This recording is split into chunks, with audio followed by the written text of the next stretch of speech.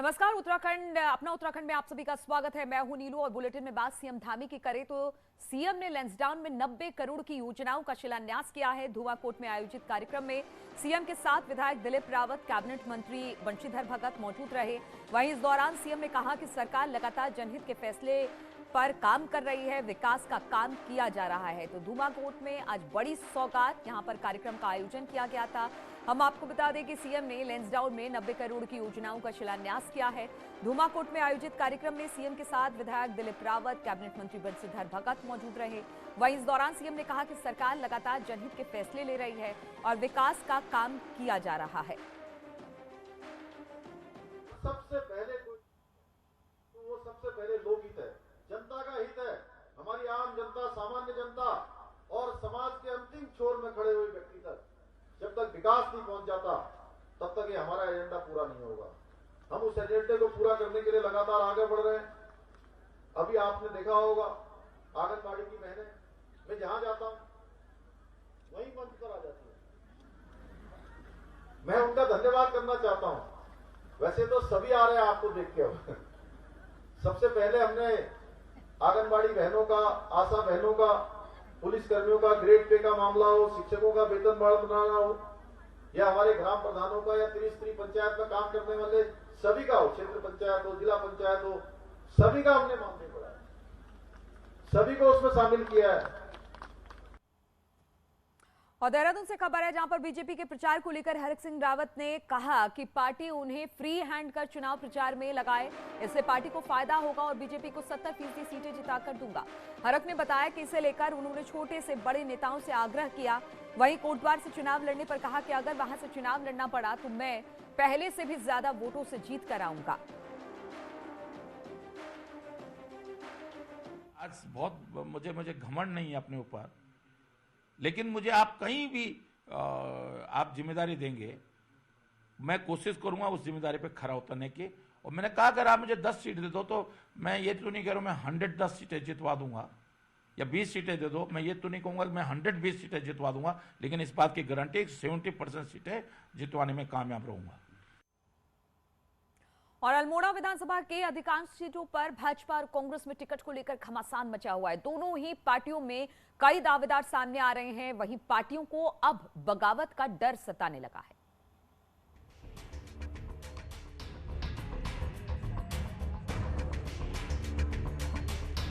सत्ताधारी party BJP में रानीखेत और अल्मोड़ा में 6 से ज्यादा लोगों ने दावेदारी की है, जबकि कांग्रेस में अल्मोड़ा और सल्ट सीट पर ज्यादा घमासान देखने को मिल रहा है। वहीं बीजेपी सीट मांगने को लोगों का अधिकार बता रही है। भारतीय जनता पार्टी में हर कार्यकर्ता का अधिकार है कि वो टिकट मांग सकता है, और टिकट देना पार्टी हाईकमान का अधिकार है।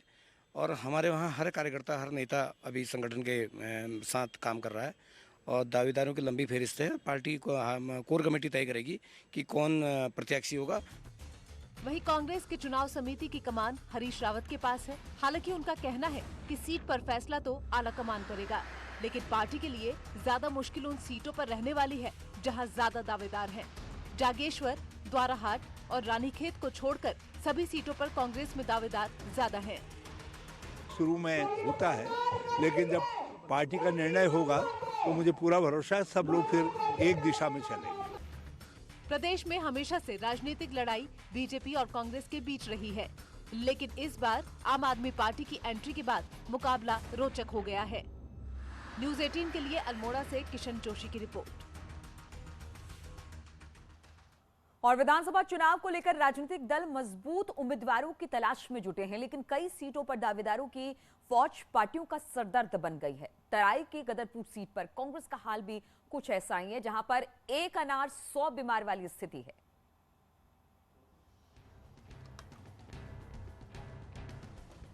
राज्य बनने के बाद 4 चुनावों में गदरपुर सीट पर कांग्रेस को हार का सामना करना पड़ा है। इसकी बड़ी वजह चुनाव में गुटबाजी रही। इस बार उधम सिंह नगर जिले की अन्य सीटों की तुलना में सबसे अधिक 11 नेताओं ने दावेदारी की है, जिनमें पूर्व विधायक प्रेमानंद महाजन, कांग्रेस जिलाध्यक्ष, महिला कांग्रेस जिलाध्यक्ष, यूथ कांग्रेस प्रदेश अध्यक्ष, सोशल मीडिया प्रकोष्ठ के प्रदेश अध्यक्ष सहित जिले और प्रदेश के कई पदाधिकारी शामिल हैं। दावेदारों ने विधानसभा को होर्डिंग्स और पोस्टरों से पाट दिया है। हर दावेदार खुद को अन्य की तुलना में मजबूत और जिताऊ होने के दावे कर रहे हैं। लोकतंत्र में सबको अधिकार है और कांग्रेस में तो लोकतांत्रिक व्यवस्था है, बहुत सारे दावेदार हैं। मैं पिछली बारी चुनाव लड़ा था और 5 वर्षों से विपक्ष की भूमिका निभा रहा हूँ। जैसे और दावेदार हैं, एक मैं भी दावेदार हूँ। वो तो कांग्रेस हाईकमान जो भी निर्णय लेगा हम उसके साथ हैं। गदरपुर सीट पर स्थानीय नेताओं के साथ ही अन्य विधानसभाओं के नेता भी टिकट मांग रहे हैं। कोई खुद को सीनियर बता रहा है तो कोई जातिगत समीकरणों में दावेदारी जता रहा है। वहीं महिला और युवा कोटे से टिकट मांगने वालों की कमी नहीं है। तमाम मुद्दे को लेकर मैं जनता के साथ दिन रात मेहनत करता हूँ, तो इसलिए मैंने इस बार गदरपुर विधानसभा से युवा कोटे से दावेदारी की है। और कहीं ना कहीं राहुल गांधी जी भी चाहते हैं कि युवा ही परिवर्तन ला सकता है देश में। गदरपुर सीट पर बीते 10 सालों से बीजेपी काबिज है। ऐसे में कांग्रेस को इस सीट पर पंजे की पकड़ मजबूत करनी है तो मजबूत प्रत्याशी के चयन के साथ ही गुटबाजी को भी थामना होगा। न्यूज 18 के लिए रुद्रपुर से चंदन बंगारी की रिपोर्ट। और आम आदमी पार्टी के सीएम उम्मीदवार कर्नल कोठियाल गंगोत्री से विधानसभा का चुनाव लड़ेंगे और वहीं इसके लिए अब कार्यकर्ता भी लगातार प्रचार में जुट गए हैं। गंगोत्री में हर व्यापारी मेरा संदेश अभियान की शुरुआत की गई है। कार्यक्रम के तहत व्यापारियों को सम्मानित किया जा रहा है। वहीं चुनाव को देखते हुए न्याय पंचायत स्तर पर पार्टी कार्यालय भी खोले गए हैं। आम आदमी पार्टी ने एक अपना कैंपेन चलाया, हर व्यक्ति से, समाज के हर वर्ग का वो मिलना चाहिए। राजनीति में क्या होती है, एक चीज होती है उम्मीद, एक होता है विश्वास। हम लोगों में एक उम्मीद की तरह से लोग हम हमारी तरफ देख रहे हैं और विश्वास कर्नल अजय कोठियाल है। कर्नल कोठियाल वो नाम है जिसने मतलब 10,000 युवाओं को यहाँ पे भर दिया। मेरा हर व्यापारी मेरा संदेश कर्नल कोठियाल का एक संदेश है। आम आदमी पार्टी और कर्नल अजय कोठियाल का संदेश हम हर व्यापारी तक पहुँचाने की ये कोशिश कर रहे हैं कि वो एक जो सम्मानित व्यापारी है वो अपने व्यापार तो चला ही रहा है और व्यापार के साथ साथ वो दूसरे को रोजगार भी दे रहा है। और 2022 चुनाव को लेकर चमोली में भी सियासी पारा चढ़ा हुआ है। वहीं बीजेपी में यहां से महिला दावेदारों के सामने आने के बाद यहां की जो पॉलिटिक्स है वो बदलती नजर आ रही है।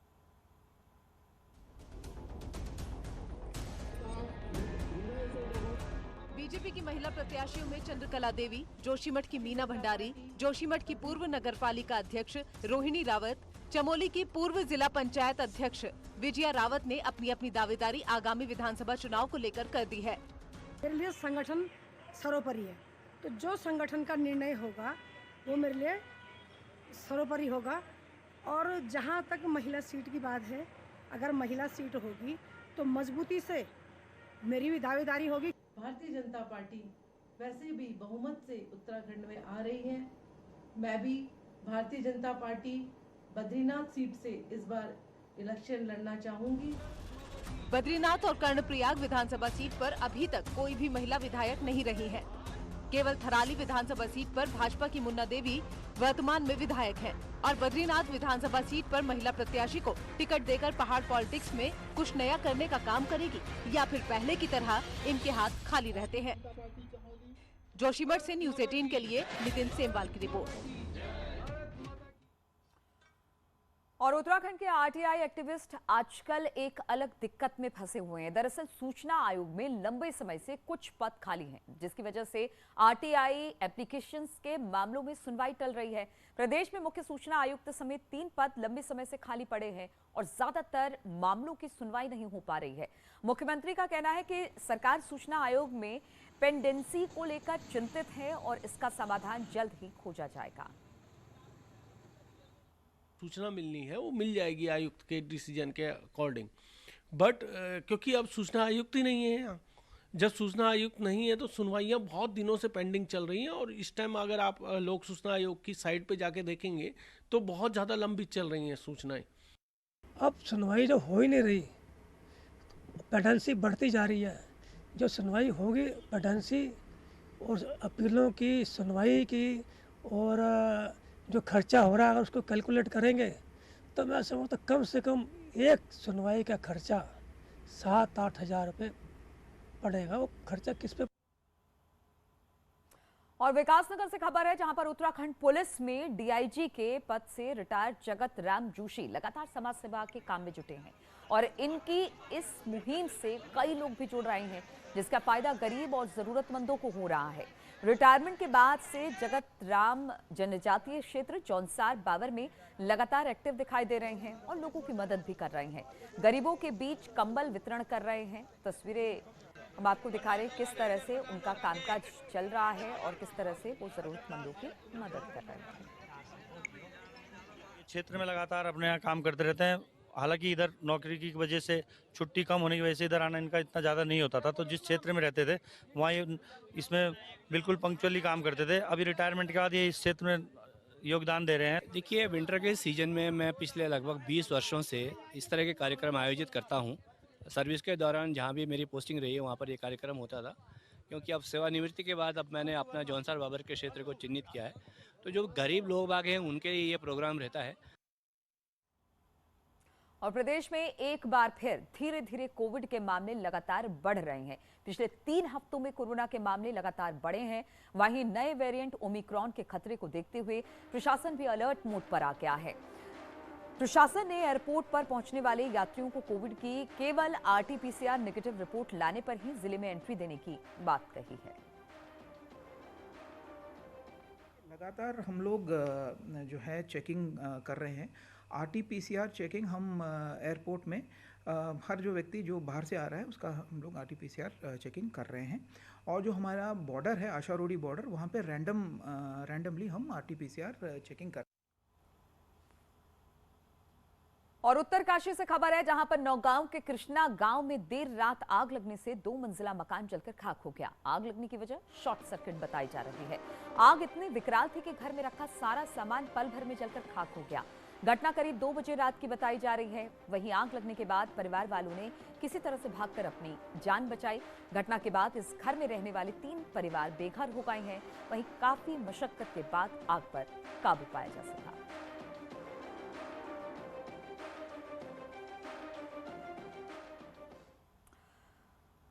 और टेहरी से खबर है, जहां पर जंगली जानवरों के आतंक से इन दिनों ग्रामीणों में दहशत का माहौल है। 1 महीने में 10 से ज्यादा मवेशियों पर जंगली जानवरों ने हमला किया है।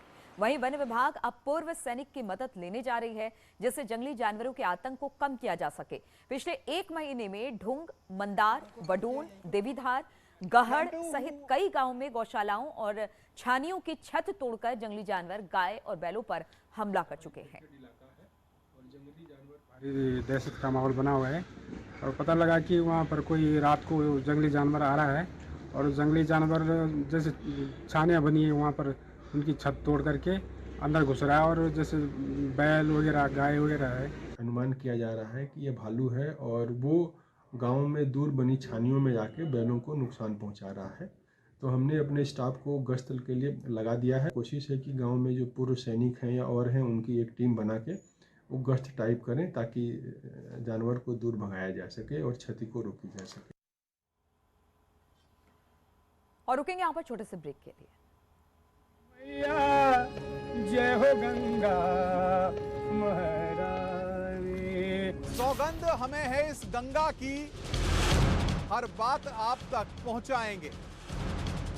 क्या ख्वाब हैं इस जनता के, वो आपको हम बतलाएंगे। जब टटोलेंगे हम नब्ज इनकी, तब खुलेगा दिल का ताला, क्योंकि घाट घाट पर आएगा वोटर गंगा किनारे वाला। न्यूज़ 18 उत्तर प्रदेश उत्तराखंड पर बन रहा है, कहीं ITI बन रहा है, कहीं हॉस्पिटल बन रहा है, कहीं पर सड़क बन रही है, कहीं बिजली के सब स्टेशन बन रहे हैं। विकास के कार्य एक और बड़े बड़े कार्य हो रहे हैं। और अभी तो 18 तारीख को इसी ब्रज क्षेत्र में प्रधानमंत्री मोदी जी देश के सबसे बड़े एक्सप्रेसवे गंगा एक्सप्रेसवे की आधारशिला भी रखने जा रहे हैं। भाइयों बहनों, ये गंगा एक्सप्रेसवे कुछ लोग बोलेंगे, जब वो लोग कहेंगे, कुछ लोग उस समय बोलेंगे जब प्रधानमंत्री जी इसका शिलान्यास करेंगे। उस समय कहेंगे कि हमने भी सपना देखा था बनाने का, लेकिन बना नहीं पाए थे, क्योंकि कुछ लोगों को अब विकास की योजनाओं को लेकर के दौरे पड़ने लगते हैं, और इस प्रकार के दौरे पड़ते हैं, वे कहते हैं हम भी करना चाहते थे, और कभी कभी सपना आता है उनको।